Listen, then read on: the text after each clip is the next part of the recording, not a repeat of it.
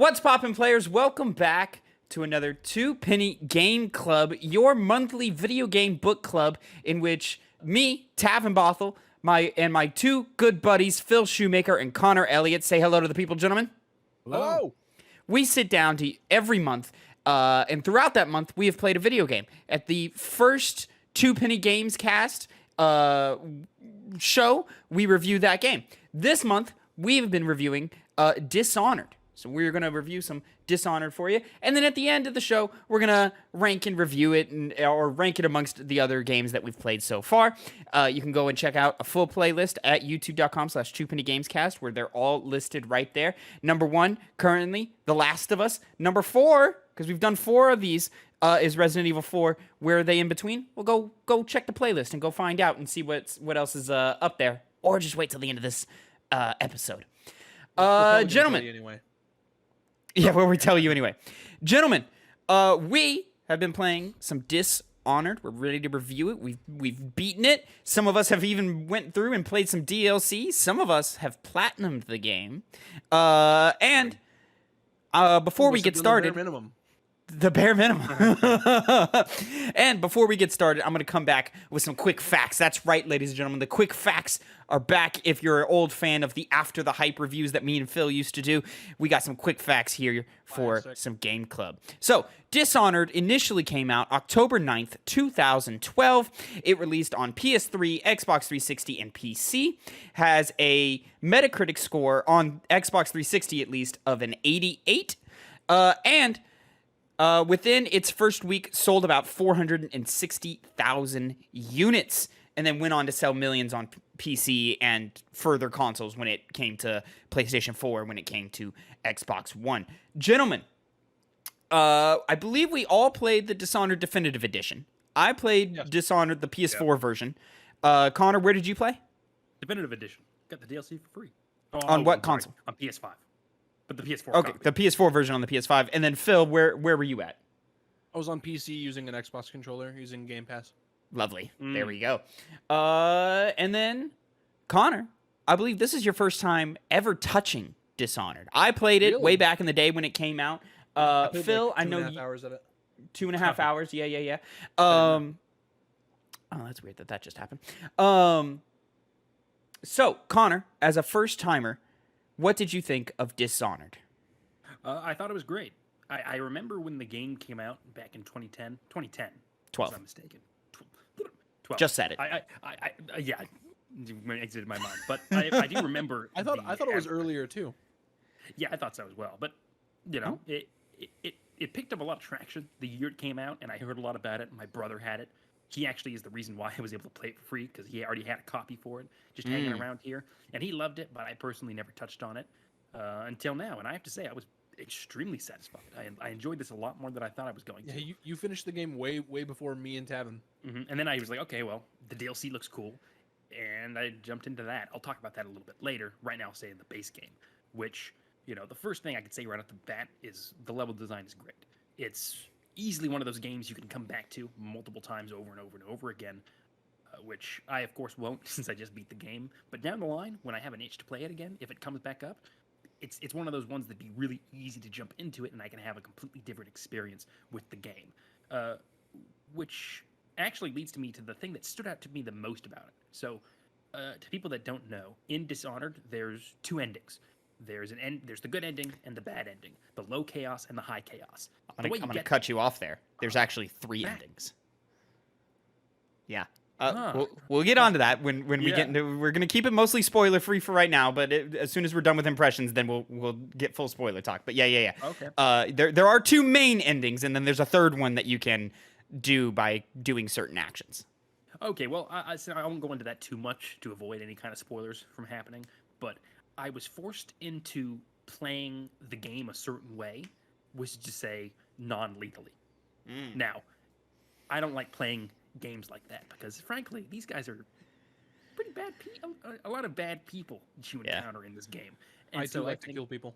Yes, and I wish I could have, but I knew that the ending would have been determined by it. And obviously, it does the stupid thing where it says, "Oh, you kill people and do bad things. It's a bad ending. It's a bad thing." So I was like begrudgingly set into, I got to do it non-lethally. And that was actually when I was playing the game. First of all, that was kind of the pervading thought. I enjoyed the combat because, to say quickly, combat's very fun, but I couldn't do it because usually that's going to entail you to kill the person that you're fighting. But I have to do the non-lethal playthrough, so I You didn't have to. You made this choice yourself. I know, but I want the good ending.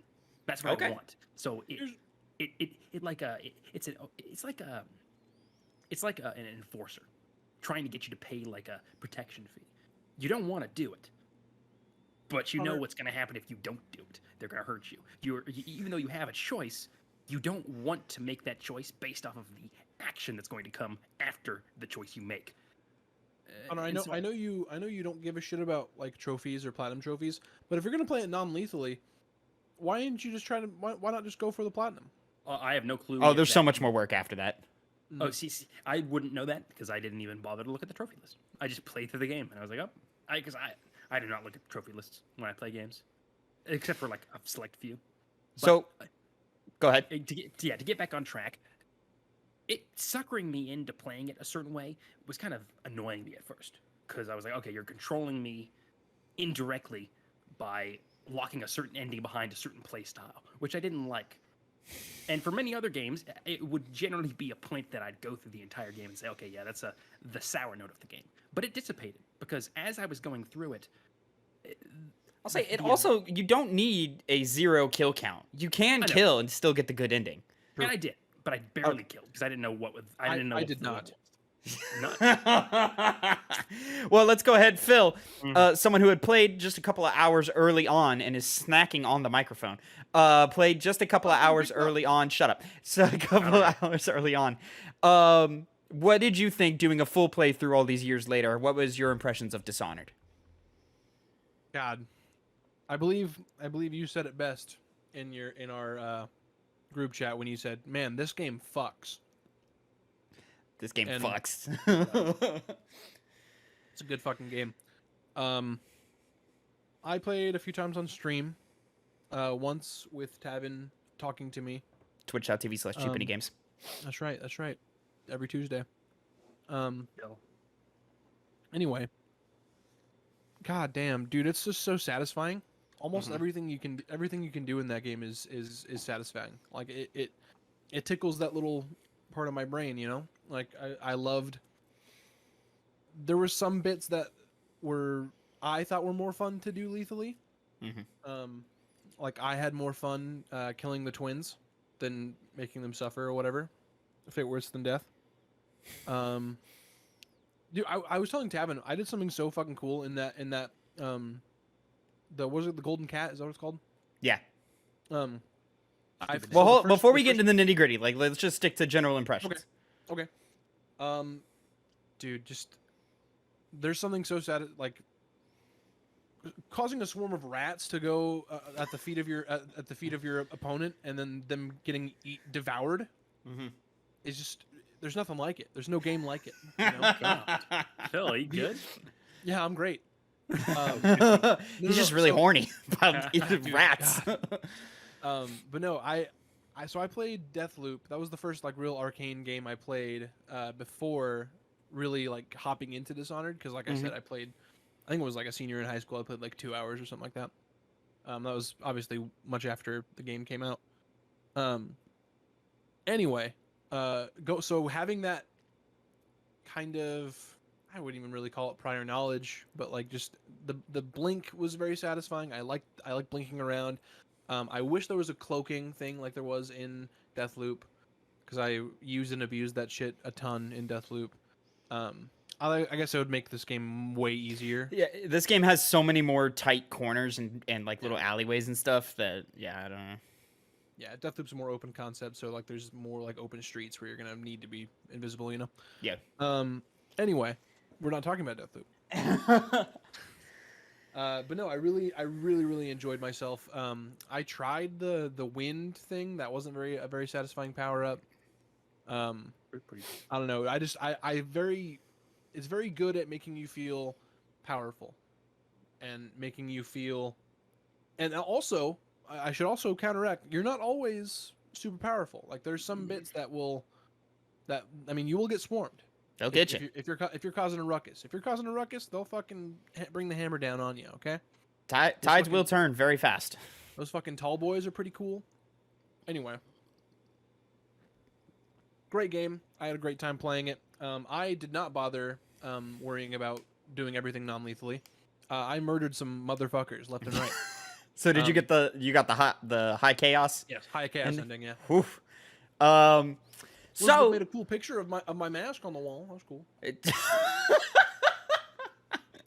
So I actually played this game twice throughout the month because I did, like Connor, I did the I actually went through and did fully 100% non-lethally. I ended up actually platinuming this game over the course of the month. And I've played this game. The audience might have thought that I got the platinum because I'm always on your tail. Well, you only like cheap platinums that aren't worthy. No, I got the platinum number 73 for me.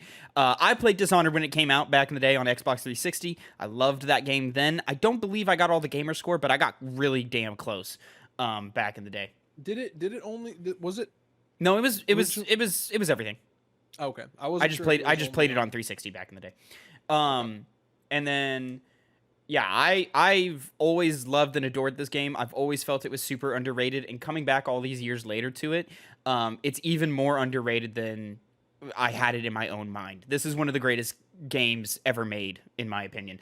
Like Connor said, the level design is perfect. There is very few examples of better level design. There are very few examples of level design in games that are even on par to this game. It is just a masterpiece in craftsmanship. The way that the levels unfold, the way that the narrative in the world unfolds throughout levels, you can find there's like a device, like a music box that enemies use against you to block your magic powers.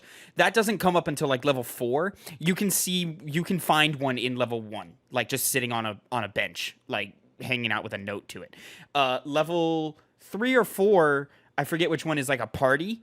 And to get into the party, you can either sneak your way in by like taking a back road, that's kind of risky, or you can just walk right up to the front gate and hand them a party invitation, but you have to find the party invitation in the level. Or 2 levels before that, on the bridge level, you can find a party invitation there. The way that this game interconnects from level to level to level is brilliant. I think it's just a masterclass in game design. My only real hangups are the story isn't phenomenal. It's good enough. Like it gets you from point to point. You kind of care about the sort of secondary and tertiary characters back at your main hub, your main like game hub at the Hound. What is it called? The Hound Pits. Yeah, you kind of care about those characters, but I don't think they do a very good job of like giving you real reasons to care like a whole lot about them. And I think its emotional points resonate well enough, but sometimes not at all. Specifically, the high chaos ending, when you do finally save Emily at the end, totally like left field. You don't believe that at all. But it's fine. It's good enough. On top of that, Connor, I actually kind of disagree with you. I don't think the gameplay is that great. Like, I think it's good enough. But it's meant to be a stealth game. But when you actually engage in open combat, I think the game feels super clunky. Yeah, its sword fights are not satisfying. The animations are satisfying. They're really well animated when you're slicing dudes up and chopping them apart. And when they drop dead from a crossbolt to the face or something, all of that feels great. And the powers in the game feels good. It feels good to move and traverse throughout the levels and such. I think it's just when combat actually kicks off, this is one of those games that I would rather just restart my checkpoint as soon as I get caught. Or like just fuck it, like, all right, pull my pistol out, shoot everybody in the face, slash at a couple dudes, but yeah, I'm gonna reload my save and just not really enjoy it in the moment. It feels a lot better when I'm sneaking around and when I get up behind a guy and stab him in the neck or choke him out. I love that you can choke dudes out and then pull them back. To kind of like pull them into the shadows type stuff. I like all of that is awesome. But yeah, I think this game excels in the details. But overall, like I think it's just missing a few things to push it to from great game to next echelon phenomenal. But I still stand on this is one of the best crafted games ever made. Speaking of interconnected levels, oh, and actually, I'm gonna revert back. So there are 3 endings to the game. There are the 2 main ones in which you do the low chaos thing, and it's basically all based upon how Emily and how the world reacts to you as Corvo's actions. You're an assassin sent on to kill some people who killed your empress and framed you for it. So you're sneaking through levels. You're the most wanted man in the nation, et cetera, et cetera. And your ward, the Empress's daughter, Emily, has been taken capture, so you have to spend a level getting her back, and then she gets captured again at the end of the game. And as you progress through the game, really at about a little more than halfway, there's a point in which characters start acting differently. And it's right, if you've played the game, we're going to jump into spoilers now. It's right when you're about to be betrayed by your loyalists or whatever, your fellow. It's the second time in the entire game that you're betrayed. Yeah, I know, right? The power corrupts. Complete. What is the turn of phrase? Anyways, Absolute power corrupts. Absolutely. there it is. But there are certain things that change depending on your actions throughout the game. If you're killing everybody and you've got a high chaos thing, as you progress later in the game, there's going to be a lot more infected people because there's a plague ravaging the city. There's going to be like heavier guard presence. Characters will kind of treat you with disdain. Samuel, your boat driver, who's like your main man, on the entrance of the last level, he'll basically say, "Hey man, I fucking hate you." Or like, "Man, you're a good man. I really respect you for doing only what needs to be done. Like you're a good guy." Samuel did not fuck with me. Samuel does. Yeah, if you're high chaos, he did not fuck with you.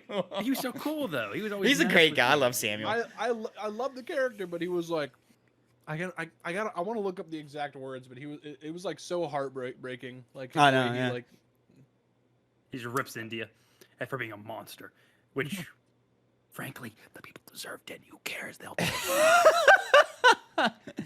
Anyways, and then like certain characters don't make it to the end, depending on your chaos level. For example, the maid, what is her name? Starts with a C. Callista. Yeah. Callista, yeah, she will die if you're in high chaos. She'll be spared if you're in low chaos.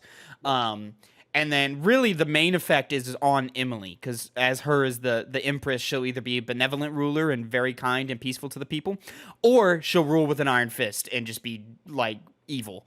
does your progress carry over for Dishonored 2? No. Okay. It's the good. It defaults to the good ending, Yeah. Oh, okay. from my understanding. Yeah, they default the good ending. But there's a secret third ending in which you fail to save Emily. I forget exactly how you do it, but you have to be in high chaos. Is it if Havelock like basically like pushes her off or what? It's a way that you deal with Havelock right there at the end. So Connor, because you don't know because you only saw the low ending. Well, and Phil, the low chaos ending, Havelock poisons the other loyalists. They're all sitting at a table like dead, like Uncharted 4 pirates at the table style, and then he's like up in the tower, but he's just kind of chilling there. Like it's nothing that crazy. Like Emily is literally just locked in a closet, and you just find her and save her that way. And in high chaos, Connor, the loyalists are going to war with each other. Like the entire last level is a battleground, and it takes place at night. The low chaos takes place at day. That sounds way cooler. I mean, it's mostly the same. It's just you'll hear gunshots going off in the distance. Like the design is mostly the same, like where the characters are. It was pretty atmospheric. I liked it. Yeah, I would have preferred that more. Damn it. Atmospheric wise, it is a better final ending, but narratively, it doesn't make a lot of sense. So, anyways, yeah, they're like going to war with each other. You have the option to kill them or just run past them. It doesn't matter. But if you're already there, fucking get them all, right? They betrayed you. Fuck them. And it's that great Sweeney Todd and that motherfucker. It's that great like slow-mo every time you go and kill a high value target, and you feel so good when you fucking stab him in the fucking throat. Anyways, but when you get to the top of the tower, Emily and Havelock are like how would you say it? They're like engaged. Like he's got her by the arm. She's trying to pull away. Yeah, it's like they're like struggling, you know. Yeah. And ideally, you sneak up on Havelock and stab him and kill him, and he falls. And then Emily gives you a hug and says, "Now I'm going to be Empress, and no one is ever going to fuck with me again." Yada yada yada. There's a third ending in which I believe if you shoot Havelock instead of stabbing him, both of them go over. And then it's just a final epilogue of the outsider being like, "Yo, you fucked up." That shit is over. I didn't see this particular version of it, but apparently I saw a video where if you possess Havelock, Emily knows that it's actually you and is like, "Oh, okay, I'll run away now." Oh, that's interesting. That makes a lot of She sense. just runs away. That's cool. How much Yeah, can be immune to possession? that's actually special. really cool. Yeah, and there's so many small little things like that throughout the course of the game. I think Granny Rags is a great example of how interconnected this game is, because you can kill Granny Rags at any point in the game. Like right from the beginning, you can, yeah. Yeah, like right immediately. And if you do, when you get to the sewers bit, you know, there's that gate that's locked or whatever. You just open that gate and walk right through, and it's not a problem at all. And you don't even see that confrontation. Did both of you see the confrontation between Granny Rags and Slackjaw? Yes. Yeah. How did you guys resolve that scenario? I knocked out Granny Rags after the boss fight, and then both of them just went on their way. After the boss fight, so you engaged her in a fight? Oh yeah. Yeah. And then It was the same for me, because like I was doing fucking like you saw on stream, I was knocking some people out and killing some people indiscriminately.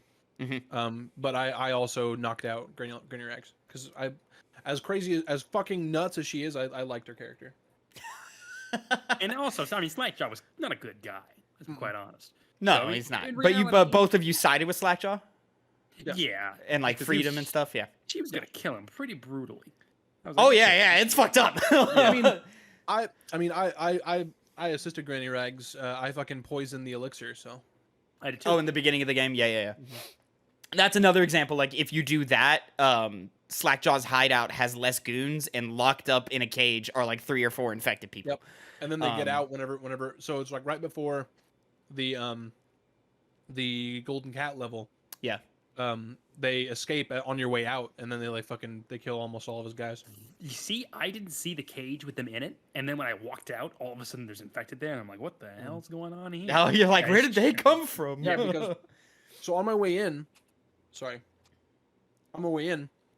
I see, because I have the heart out, I see a fucking, I can't remember if it's a bone charm or a rune in the cage. I believe it's a bone charm. Okay. And I see it in there. I'm like, oh fuck, I'm not about to open that up. I'm just gonna leave and come back to it at some point. And then I left, and it was open because all the guys escaped. And I was like, okay, I'm just gonna sneak in here, grab this, and go on my way. I'm not even gonna I'm just gonna let them fight it out. Yeah, for the most part, yeah. That's it. But back to the Granny Rags situation. There's a way that you can just take her out completely, like non-lethally. You don't have to fight her at all. And it's basically the idea that like she's got like these mystic powers where like she turns into rats, and then you have to fight her and shit. In her room up above, there's a furnace, and there's next to her bed, there's a furnace. In her bed is like a little medallion, and the medallion holds all of her powers. So if you take the medallion, throw it in the furnace, she gets mad at you. She's like, "What the fuck? Like, why did you do that?" But then she's just a normal woman, and you just like choke her out or stab her or whatever, and then like that's it, and she's just done that way. And that's how I resolved that conflict. That is how I did it. That's how you do. You burn the little medallion. Because I did that, and she was still running around. I didn't see her not doing the powers anymore, and I just shot her with the bolt. And I was like, oh, she's knocked out.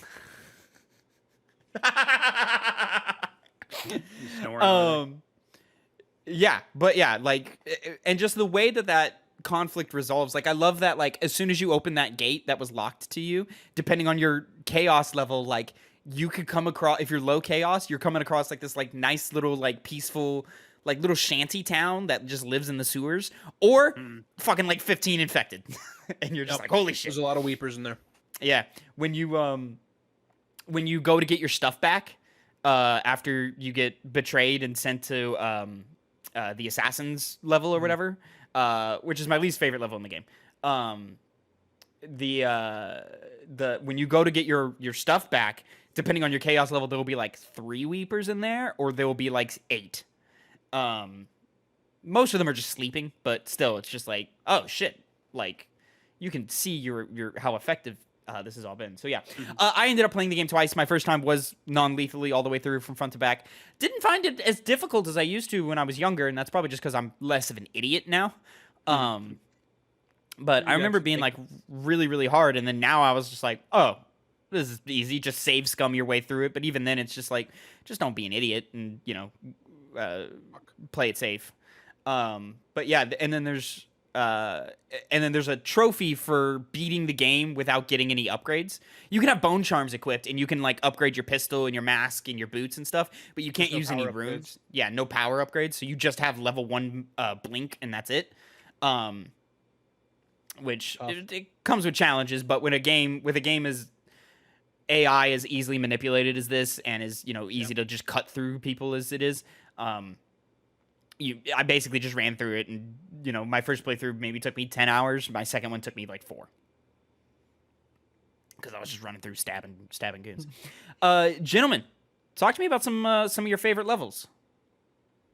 Connor, go ahead. I did like the Golden Cat one. It was simple. It was still early in the game, so I was still getting used to the system, so it did have a level of difficulty since still trying to like iron out how I was playing the game, which comes back to the point I was making before. I was upset earlier because of how it was, from my playthrough experience, limiting me to one ending because I have to get the good ending. That's what I have to do. Doing this to yourself. I know. But that was my annoyance of like restricting your gameplay experience based off of an ending, which at the core of it, whether you kill people or not kill people, shouldn't really matter all that much. Especially because Emily doesn't even just come to the dark side. It doesn't matter. It does matter. It does. Just do what you want. But that's the thing. That I don't have that as a criticism, because it offered you to do it in non-lethal ways that had interesting twists. It wasn't just you knock them out, you do the objective, and it's done. It actually felt like you were doing it in a non-lethal way, but still bringing justice to the people that deserved it. Because almost everyone that you go for is a bad person. Those non-lethal like ways to eliminate them are brutal. Like some of them are way worse than death. Yeah, I was like, okay, well, maybe it equals it out. But even so, especially those twins. Oh, they get fucked up. Yes, I know. But even that part aside, I was still satisfied with the non-lethal playthrough, just because it made me approach the game from an angle that I usually don't go for anymore in any other game. So even though I was miffed at first about not being able to do the combat stuff, and like I said, I enjoyed the combat, so not being able to do it that way kind of like upset me at first. But it's, as you guys said, using Blink to traverse the levels, which are designed immaculately, using the jump to escape from encounters. That double jump is a big one. Yup, dude, agility is so good. It was, and that was the fun thing, as I was going through things non-lethally, but not just sneaking. I was able to go through it just running through people, bending time, and okay, they see me and notice me while the time is being bent, but I have time to know which angle I'm going to go to get out of their line of sight and go back into hiding. So it provided a game experience that I usually don't partake in, which just made the game all the more better. Not to mention, I do like the satisfaction of getting the good ending. Nothing beats that, which, made it all worth it in the end. So I came to actually like that aspect of the game, whereas originally it was a negative when I was first playing it. Additionally, I do like how I know you had said before, certain aspects change depending on your actions that you do. So, for example, one of the things you mentioned earlier was Callista. She dies if you have high chaos. Is it high chaos, or is it freeing her uncle that does that? Oh, you have to do both. Yeah. You have to do both? Okay. Yeah. That seems kind of weird, because from what Havelock said, he would do that regardless of the high or low chaos ending, because he owed the uncle a favor. I can confirm through my second playthrough, if you're high chaos, Callista dies. That's strange. But anyway, that aside, the abilities, I wish they were a little bit, if this is one of the bigger criticisms I can say, were kind of limited. I like I said before, I did a non-lethal playthrough, which even though it was fun, a lot of the abilities were kind of centered around killing people. There was the one where if you killed someone, they would disappear. The rat Yeah. swarm that Phil really liked, the wind blast. All of those things didn't really lend to a non-lethal gameplay. So even though I enjoyed my experience, it felt like the systems that the game threw at me were limited, and weapons as well included, were limited due to wanting a non-lethal playthrough. So you felt like the game was tempting you to be like, are you sure you don't want to kill people? Almost. Okay. I don't know what those freaky game devs were doing. What were they trying to get us to do? I mean, you do have a point. Like all of the quote unquote cool ones are locked off if you're doing a non-lethal route, but they do try to balance it out by giving you the stop time mechanic, by giving you oops, I've fucked everything up. Oh, I'm fucking everything up. How do I get back? Stop time and possession and some of the more agility based things, but you do miss out on the shadow kill stuff. You do miss out on the rat swarms, which is a really cool power. Yeah. But even those non-lethal powers still would have also been used in melee in combat in killing situations. So even then, it seems like with that angle, it really was just like still limiting your powers. Yeah, I used stop time more often in my lethal playthrough than I did in my non-lethal one. Whenever I did did run by everybody. Yeah, just because blink gets you where you need to be 95% of the time. And so forth. So yeah, it's just kind of a thing. And I also felt like the wind blast, I don't think I've ever used that power ever because it doesn't seem useful to me. Why knock people over when I can shoot them in the face? You know what I mean? And then on top of that, like if you're going through and like collecting all of the runes and all of the bone charms, you have plenty by the end of the game. You're good. You have the powers you want, and then the ones you don't want, you're like, why would I fucking care about these? Like, who cares? But I do know, I'm pretty sure there's not enough to unlock everything fully. Like you do have to pick and choose. Yeah, that makes sense because I did a lot of the runes and didn't have a lot of my I didn't have the final bend time upgraded, and so that was very, very pricey. Oh, really? Oh, Yeah. that one's like 5, right? I thought it was like 8, the second level. Or I think it might be 5 at first and then 8 for the level up after that. I forget exactly. Maybe it's 3 and 8. I couldn't. I just don't remember. Go ahead. Oh, sorry. I'll just we're on this topic right now with runes and charms, the bone charms that increased your abilities, gave you special abilities and whatnot. I found it very fun because I would see the way to get through a mission or part of the level very easily and quickly, and I would start going that route. But before I went into the next area or whatnot, I would look around and say, oh, the difficult areas or the less simple areas have the bone charms. Have all the goodies. Have the runes. Yeah. So it actually, that it's very simple, and it's not. This isn't high level, game development of making you have this risk reward type deal, but it made it feel like going to the difficult parts of the game was worth it because, like as you said, those charms are really good at increasing certain abilities, getting more powers with runes. It really is necessary for the game to function the way it does because the more powers you have, the more fun the game is. It's kind of naturally how it is. So there's a graph that shows that. Yeah. So it wasn't really a problem for me since I inherently would have wanted to get those things anyway. But for people that may otherwise just want to, get through the game as quick as possible, for those types of players, it gave incentive to want to go do the parts that they would have to spend more time on in the game as a whole to get your little goodies. And that was just an interesting aspect that made it very fun and each level interesting, knowing that I had to explore the entire thing, develop, get a complete layout of what the mission is like. It's very, very positive aspect of that game that I thoroughly enjoyed. Phil, because we got kind of stuck there. What was your favorite level? Probably would agree with Connor. I like the Golden Cat. I really like the party level too. But as far as like I was gonna Lady say Boyle. earlier, yeah, Lady Boyle. I was gonna say earlier, during Golden Cat, I had such a cool moment where there's like the guy on the second floor. I went around to the back, killed the guard that was like in front of the door, like for like the back door. Opened the door, was sneaking. There's like a partition in the way from like the window, so he couldn't see me outside. And so I went in, I lined up a shot with my crossbow on him, hit bend time to slow time, shot him in the face, moved to the courtesan and choked her out because I don't that was the only thing that was the only like one that I chose not to kill were innocents were like innocent people. That's the only like thing that I kind of decided if I was like I'm not gonna just kill regular people. I'm only gonna kill the bad ones, you Oh, know. I slaughtered everybody. But yeah, so I just felt really cool. Like I bent time, shot him in the face, whoop, and then fucking choked her out before she could even before she even knew what happened. Yeah. I mean, and then Connor, to your point about how like you felt kind of tied ended into the non-lethal stuff. This game is short enough. Like it's a good length. It's what 8 hours ish, 8 to 10, depending on how long you want to take. Yeah. It's almost like 2 games in one just by how you approach level by level. Like you can do the non-lethal approach and be super stealthy and super sneaky and really go that extra mile, or just have fun, man. Stab people, eat them alive with rats, take control of their minds, like all that fun stuff.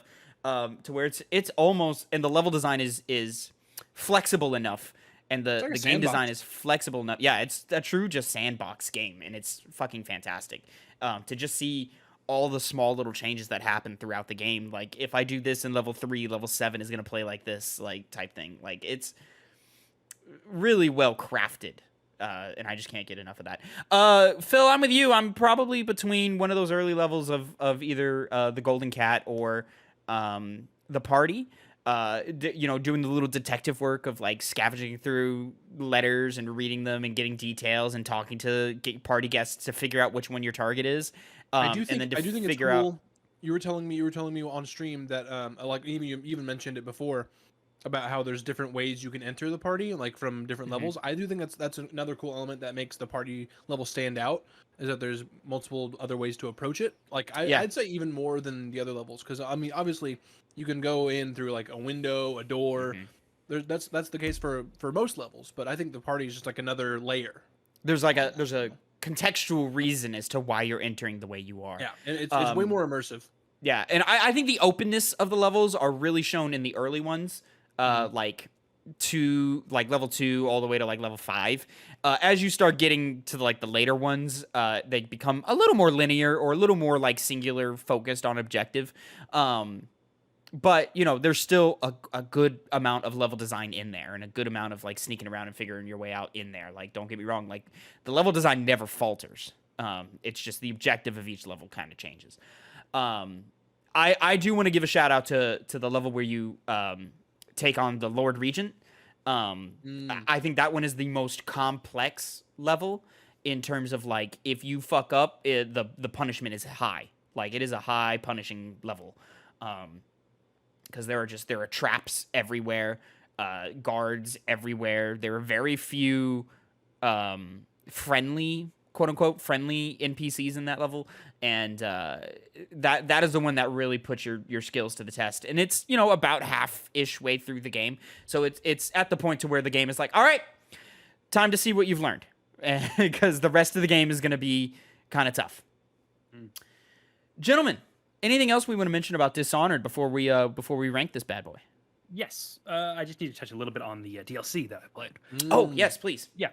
So you play as Dowd. Yeah, I never played it. Yeah, arguably the most interesting character in that game, just because you see when you go through his level the issues he has with actually killing the Empress, and actually the events that spiraled out of control in the city, making everything worse for everybody. He also gets affected by, in terms of him feeling regret over doing it, and the DLC dives into this character more. Now, real quickly, did either of you ever play the DLC at any point? I did back in the day, but I on this replay I did not. No, I never touched it. I remember it being fantastic. It was, because the level design didn't all of a sudden get worse. What was the subtitle for it? Well, there's 2. There's the first one, which is The Blade of Dunwall, and the second one, which is The Witches of Brigamore, which is a sequel to what happens in the first one. It's a 2-parter. It is. And the chaos rating, you can, the first DLC, The Blade of Dunwall, because it still has the low, high chaos, good, bad ending. Yeah, I thought there was only one DLC. Yeah. There's 3, but one of them is a trial thing or whatnot. Only one of the 2 other ones are about Dowd. But getting to see his character and getting into the mindset of how he views things and the regret that he's had in his life and the actions that he's chosen. Like he has killed tons of people at this point. And That's why they call him the Blade of Dunwall. exactly. And he's killed lords, he's killed politicians, he's killed cheating husbands and wives, and he laments it. He talks about how that whatever, right? Doesn't matter. Their lives don't matter. And Emily Caldwell, she's just a normal, run-of-the-mill, high life official. She's a politician. She's a queen. How good can she be? How much of an actual good person is she? Quite a bit of one, because everything spiraled out. Because everything spiraled out of control, and she realized she was holding back the city from just falling into disarray. And you see him you see that change his entire perspective going from that point in the game throughout the entire DLC. Because you would think he'd just be fine with going around killing everyone below in high chaos, which obviously is carrying on from the main game. But doing a low chaos, it gives an interesting aspect to his character, because you see him kind of regret his life, and seeing that he just kind of wants to get out of it, to leave the city, leave the life of killing behind, and choosing that, because I obviously chose the good ending, the one where he has the low chaos.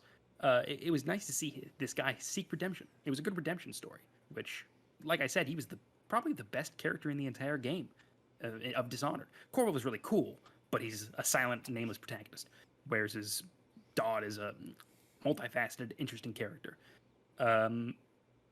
Comet was great. He had an interesting little unique twist to his blink, because whereas his, it would slow down time whenever he would activate it. So you'd have a lot more control in high intensity situations to plan out where you're going to go, especially when you upgrade it to the second level, which completely stops time. So it just makes it, and you can do it in the air as well. So you can jump very far distances and then stop in the middle of the air, or slow down in the middle of the air and blink to other locations, which added a lot more of a maneuverability to That's how the power works in Deathloop.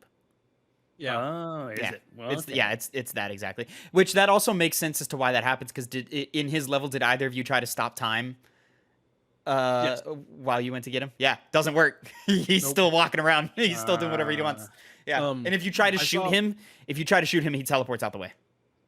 I saw a funny video where I was just trying to gather my opinions on Dishonored before we did this, and I watched a video, and he was like, Dishonored is a game where you can stop time. Someone can shoot you. You can stop time, grab the bullet, put it in your gun, and shoot him in the face. And I was like, yeah. There's a trophy for getting 5 people to accidentally commit suicide, and the way I did that is I waited for them to shoot, I stopped time, I took possession of them, and then I walked them in front of their own bullet. That's awesome. That's awesome. I never even thought about that. Yeah, it's sick. It's sick as fuck. Yeah, this game, cool. Guys, this game fucks. And then speaking, it fucks real well, I think. And I believe Phil thinks as well. Connor, I'm interested to see where you go. So, ladies and gentlemen, let's go ahead and let's rank this bad boy amongst all the other games that we've played so far. So, the gentlemen are seeing the list. You on youtube.com/2pennygamescast are seeing the list. For the audio listeners, I'll go ahead and read it off here for you. So, at number 1, we have The Last of Us. Number 2, Chrono Trigger. Number 3, Portal. And number 4, Resident Evil 4. Can I just say I really like all the little pictures you have of us in the back? Oh, thank you. Yeah. I thought I'd try a little bit with this one, and I think it came out okay. My favorite. The first one of, I believe, last month, the colors were wrong, so you'll never see that one again. I didn't like it. But this one I'm into. Gentlemen, I'm gonna start the bidding here. Okay. As someone, go ahead. Can I start it? Okay. Yeah. Sure. Yeah. Listen. All right. I'm my personal positioning for this game, as the list stands, is in third behind Chrono Trigger. Now, I know the reason I wanted to go first is I know what's going to happen. I know what's going to happen. I'm not stupid. And now I should mention to the viewers that might not know, I am the only person to play all of Chrono Trigger in this chat. So this is the 2 Penny Games Cast top video games of all time, and it will remain so. But always keep that in mind from here on out. Before we know what Phil and Tavin are going to say, but it was hard to. It was hard. Connor's list. Yes, it most definitely is. But to go back to that placement of the list, the only reason I'm giving Chrono Trigger I'm putting Chrono Trigger over Dishonored is because of the style of the game, which is more tailored to me. I love those old classic JRPGs, and I love the story. I love the characters. I love the art style. I gushed about it in the time where we did our overview of that game. And despite that, Dishonored is great. So the only reason I'm actually putting it over Dishonored is because of nostalgia. That was the ultimate, because Dishonored has other qualities that make it match up to Chrono Trigger enough to where I can't definitively say without that nostalgia aspect that it is worse or better than Chrono Trigger. So Chrono Trigger just edges out because it holds a place in my heart. Now do your duty, guys. Okay, so this one is difficult for me because it comes down between number 1 and number 2. I think in terms of craftsmanship and level design, Dishonored kicks the shit out of Last of Us. The reason I put it, I think it's a good chunk over Chrono Trigger specifically, is because it has so much more punch than Chrono Trigger does. Chrono Trigger's a longer game, and I think a lot of its systems run out of gas pretty quickly. I don't think its systems carry you through to the end. It's a good game, don't get me wrong. I like this game. This is why I put it above Resident Evil 4 when we initially ranked it. But I just think I think this game does more with what it's offering than Chrono Trigger does as a complete package. I also, even though I harped on it earlier, I think the story is better in Dishonored than it is in Chrono Trigger. I think the characters are more likable, and I think the world is better fleshed out. The Chrono Trigger stuff, it's just kind of like they hint at some things. They're like, yeah, this is kind of what we're like, implying with this world and so forth. And Dishonored has such a well-crafted, this is exactly how this world works. This is exactly what's happening in it. And the way that like it splits and goes into different ways, I think rivals Chrono Trigger's differences in plot with the different endings in that. I just think that Tavin doesn't like reading. I just said I liked reading all the notes, which are way longer to read. The